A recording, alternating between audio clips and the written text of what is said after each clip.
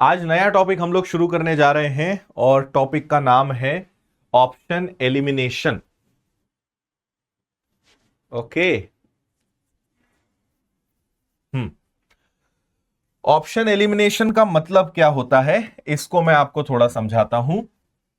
हम यहां पर क्या करते हैं, एक प्रकार से आप इसको समझ सकते हो कि ये प्योरली एक ऑब्जर्वेशन बेस्ड, ठीक है, आपके जो ऑब्जर्वेशंस हैं उस पर बेस्ड ये पूरा रहने वाला है कि आप क्वेश्चन में कुछ ऐसे ऑब्जर्वेशंस करते हो। ये एक प्रकार से जैसे हमने मल्टीपल चैप्टर देखा था कि कोई नंबर देख के हमने देखा क्या हो सकता है, तो हम ऑप्शंस में ही देखते हैं कि यार चार ऑप्शंस में से ये तो आंसर हो नहीं सकते। अभी मैं आपको बताऊंगा तो आप और ज्यादा बेटर समझोगे, लेकिन मजा आएगा। ये भी एक बहुत कमाल की टेक्निक है जो आप सबको पता होनी चाहिए।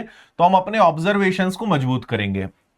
ठीक है, चार ऑप्शंस को हम ध्यान से देखते हैं तो हम लॉजिक भी लगाते हैं, हम अप्रोक्सीमेशन भी लगाते हैं, हम डिविजिबिलिटी का रूल भी लगाते हैं, हम यूनिट डिजिट भी लगाते हैं, कॉमन सेंस का भी यूज करते हैं। और ऐसे करके हम गलत ऑप्शंस को क्या करते हैं, हटाते जाते हैं। और हम देखते हैं कि यार ये तो आंसर हो ही नहीं सकता, है ना। जैसे मान लो एक छोटा सा एग्जाम्पल लेते हैं। मैंने कहा कि यार एक क्लास में 15 बच्चे हैं जिनका एवरेज 20 ईयर्स है। एक और क्लास है जिसमें 20 बच्चे हैं और उनका एवरेज 24 ईयर्स है।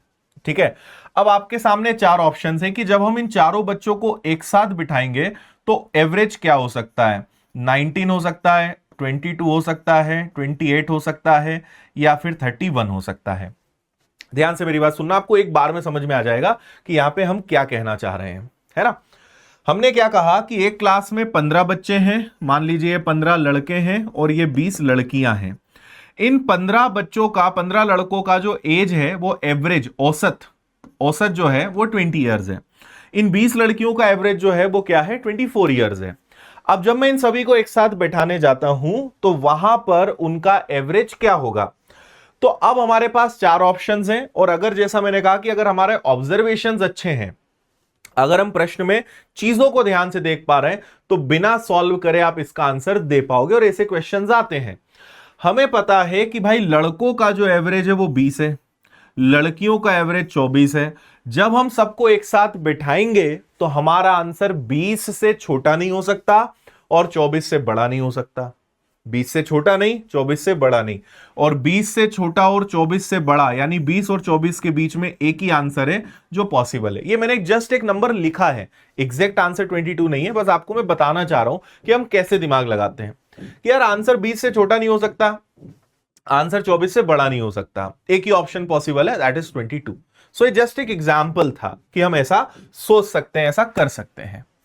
क्या आपको बात समझ में आई कि आंसर कैसे हम रेंज में निकालेंगे।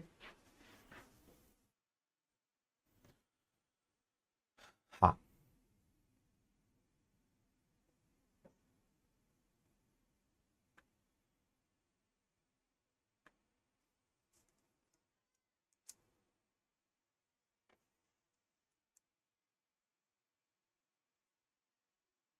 ओके, इसको कहते हैं ऑप्शन एलिमिनेट करना, ऑप्शंस को हटाना। जो लग रहा है कि यार ये तो हो ही नहीं सकता उसको हम हटाएं, तो चलो थोड़ी सी चीजें और हम सीखते हैं। जैसे हमारे सामने पहला क्वेश्चन है, आपके पास अनुपात है, एक 3:4 है, एक 3:5 है, एक 2:11 है, एक 7:2 है। आपसे कह रहे हैं कि इनको आरोही क्रम में अरेंज करो। आरोही क्रम मतलब बढ़ते क्रम होता है, इसमें सबसे छोटा आगे आएगा और सबसे बड़ा उधर जाते जाएगा। तो आपको यहां पे सबसे छोटा रखना है। अब आप यहां पे एक चीज समझना, हाँ थैंक यू भाई, बहुत बहुत धन्यवाद श्री की तरफ से आप सभी को। एक चीज आप समझना कि जैसे 3:4 है, अब कैसे पता करें, तो आप इसको लिख सकते हो 3/4 मल्टीप्लाई बाय 100। तो आप कहोगे सर ये तो 75% है। फिर आपने कहा 3:5, तो आप इसको लिख सकते हो 3/5 इंटू 100। सो आप इसको कहोगे 60%। ठीक है, फिर आपके पास अगला है 2:11, जिसको आप कहोगे 2/11 मल्टीप्लाई बाय 100। तो ये लगभग आपका 18 दशमलव समथिंग समथिंग में आ जाएगा, है ना। फिर इसके बाद आपके पास एक और है, इसको मैं इधर कर लेता हूं। आपके पास एक और है जो है आपका 7:2, यानी 7/2 मल्टीप्लाई बाय 100, मतलब ये हो जाएगा लगभग 350%। ये तो मैंने आपको पूरा सॉल्व करके बता दिया, ठीक है, कि ये क्या भाई हो सकता है। अब आपको पता है कि सबसे छोटा सबसे आगे आएगा, यहां पे सबसे छोटा कौन है, 2:11 है, तो सबसे छोटा 2:11 एक ही ऑप्शन में है, तो ऑप्शन बी आपका आंसर आ जाएगा। ठीक है, अब हम क्या करेंगे, ये तो मैंने आपको भी सॉल्व करके बता दिया, प्रूव करके बता दिया कि भाई ऐसा होता है। हम एग्जाम में ऐसा कभी नहीं करेंगे। हमें एक चीज पता है कि भाई नीचे संख्या, देखो इन दोनों में जितना अंतर ज्यादा होगा, ठीक है, अंतर जितना ज्यादा होगा आंसर उतना ही छोटा आएगा, ये बात एकदम तय है। तो आपको केवल यह देखना था कि भाई इन दोनों में डिफरेंस सबसे ज्यादा है ना। अच्छा, ऊपर अगर बड़ा नंबर है तो आंसर तो 100 से ज्यादा आएगा, तो ये तो सबसे बड़ा वैसे भी दिख रहा था, पर जहां पे मैं देख रहा हूं कि यार इनमें अंतर हो, इनमें अंतर हो, अंतर जितना ज्यादा उतना वैल्यू छोटा। दूसरा, 2 के नीचे 11 रखाएगा तो आंसर और छोटा आएगा, तो हमें वैसे ही दिख रहा था कि यहां पे एक ही आंसर पॉसिबल है, वो है 2:11। 2:11 सबसे पहले आना चाहिए और वो एक ही ऑप्शन में है। आया आपको समझ में?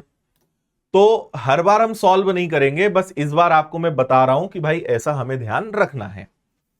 ठीक है,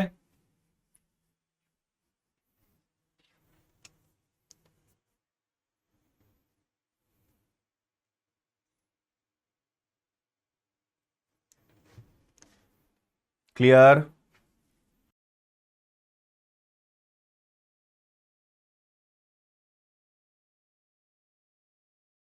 थैंक यू जी, धन्यवाद, थैंक यू। आगे बढ़े, अगला देखो। अगला आपके पास है 15:7, 5:11 और 21:77। ठीक है, आपसे कहा है कि इनको अवरोही क्रम में जमाओ। भाई अवरोही मतलब सबसे बड़ा सबसे पहले और सबसे छोटा सबसे लास्ट में। ठीक है, तो इनमें सबसे बड़ा कौन सा होगा, बस ऐसे ही देख के बता दो।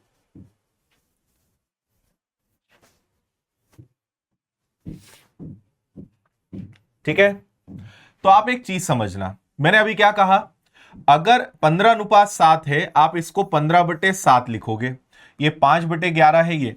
अगर ऊपर संख्या नीचे से बड़ी आ रही है तो आंसर 100%, 200% ज्यादा आएगा, मतलब 100% हो सकता है, 200% हो सकता है, सबसे बड़ा आंसर यही देगा, यानी सबसे बड़ा यही है। सबसे पहले 15:7 आएगा, और 15:7 आपके पास एक ही ऑप्शन में है, तो आपको ज्यादा दिमाग लगाना नहीं है, सी आपका आंसर हो जाएगा।